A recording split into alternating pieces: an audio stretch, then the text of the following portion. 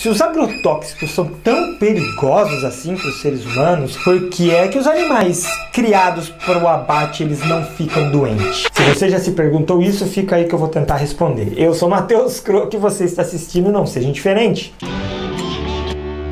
Aloha, meus queridos, e aí, tudo bem com vocês? Eu espero que vocês estejam bem. Olha, mais uma vez eu recebi uma pergunta muito interessante lá no meu direct. Então, se você tem alguma sugestão de tema, uma pergunta que eu, sei lá, possa tentar ajudar, me envia lá, entra em contato ou no Não Seja Indiferente ou no meu ali pessoal, manda essa pergunta que vai ser um prazer a gente poder falar um pouquinho sobre isso. E dessa vez, realmente, foi uma pergunta muito interessante. Vou colocar ela aqui, ó. Por que o animal que está com o vírus não morre? Só é fatal para os seres humanos?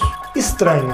Calma, eu sei que ele fez outros comentários acima e eu respondi esses outros parágrafos desse comentário no vídeo que vai estar aqui no link da descrição, tá bom? Porque hoje nós vamos focar nesse último parágrafo. Vamos lá por partes, ok? Porque existe aí uma pequena falácia nesse raciocínio. Os animais, eles morrem sim por esses vírus. Você pode até ir checar na internet a quantidade de porcos, frangos, por exemplo, que são mortos a milhares todos os anos quando um novo vírus ou uma nova bactéria é encontrada dentro destas fazendas de criação. Esses animais, eles estão sim suscetíveis a esse vírus. Um exemplo disso é 2-3 semanas atrás, onde a Índia identificou um novo vírus ali dentro de criações de porcos que fez com que o país proibisse a venda da carne desses animais. Esse vírus ele já tinha matado mais de 1.900 porcos. Então eles morrem sim. Mas é lógico que também nós temos que entender que o vírus ele se comporta diferente dentro de cada espécie. Pode ser que para um animal ele não seja tão letal, mas quando ele migra para uma outra espécie, essa letalidade ela aumenta.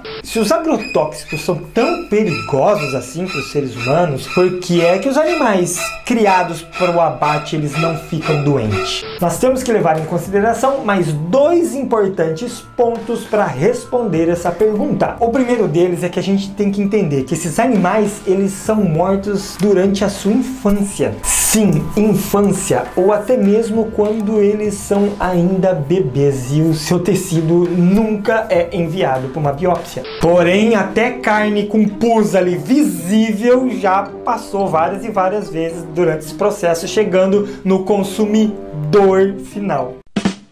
Porém, vamos lá, vamos com calma. Neste organismo infantil, essas doenças causadas por essas alimentações bombardeadas, recheadas de agrotóxicos, dificilmente tiveram tempo suficiente para apresentarem anomalias visíveis. Mas isso não significa que eles não iriam morrer por essas doenças se eles continuassem a serem alimentados por essa dieta, sei lá, por um período maior que está agendado para ele morrer lá no abate. Existem cancerígenos, por exemplo, que demoram décadas até eles emitirem o primeiro sinal dentro de um organismo. Então essa matança precoce apenas evita com que essas doenças se manifestem. E como essas substâncias elas são bioacumuladoras, ou seja, quem se alimenta da carne desse animal que foi alimentado com essa bomba de agrotóxicos e substâncias cancerígenas, esta pessoa também está ingerindo uma alta carga de biocida. Mas, Croco, as plantas também recebem agrotóxicos? Isso é verdade. Porém, a gente não pode esquecer que esse alto uso de agrotóxico ele está diretamente para atender essa demanda da indústria animal. E que se você come o boi, a carne, você tem 2 vezes chance de comer agrotóxico.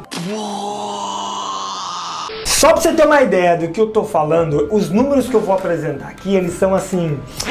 coisas de seriados de Hollywood de serial killers. Se a gente pegar os 75 anos de vida média de um brasileiro, por exemplo, e aplicar esta mesma porcentagem aos animais abatidos para consumo, afinal de contas, eles possuem a mesma capacidade de sentir e processar a dor de forma consciente. Diferente da planta, eles são um indivíduo, eles possuem os mesmos mecanismos que a gente, então por que eles responderiam de formas diferentes os mesmos estímulos, se eles possuem os mecanismos, os receptores iguais aos nossos? Você entendeu? Uma vaca, por exemplo, que pode viver ali mais de 25 anos e que é levada ao abatedouro por volta dos 5 anos de idade, isso representa sentenciar à morte uma criança de 9 anos. Sem contar que aqueles novilhos e bezerros que são mortos mais cedo, por volta de 2 anos de idade, equivalem em números de vida humana uma criança de 6 anos. Já no caso das ovelhas, que podem chegar aos 16 anos de idade e são mortas pela indústria por volta dos 2 anos, é como se a vida de uma menininha, por exemplo, de 9 anos de idade, fosse simplesmente encerrada por uma pistola de ar. E aquele cordeirinho que as pessoas adoram matar em datas festivas, né, como Natal, o Cordeiro de Deus foi morto e posto na mesa. Não faz sentido, mas enfim, equivale a colocar ali na mesa um bebê de 2 anos de idade.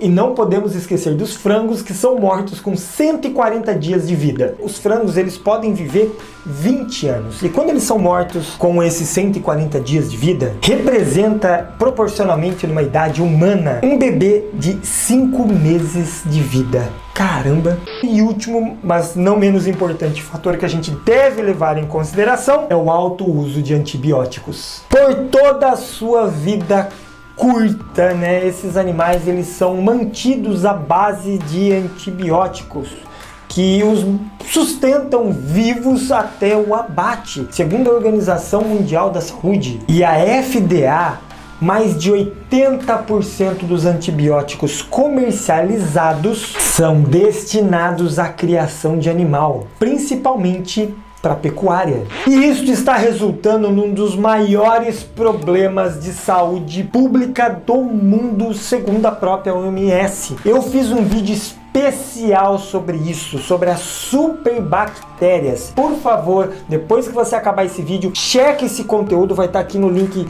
o link vai estar aqui na descrição, que é um conteúdo muito completo, explica melhor sobre este terrível futuro que a gente está caminhando, onde os remédios não vão mais fazer efeito.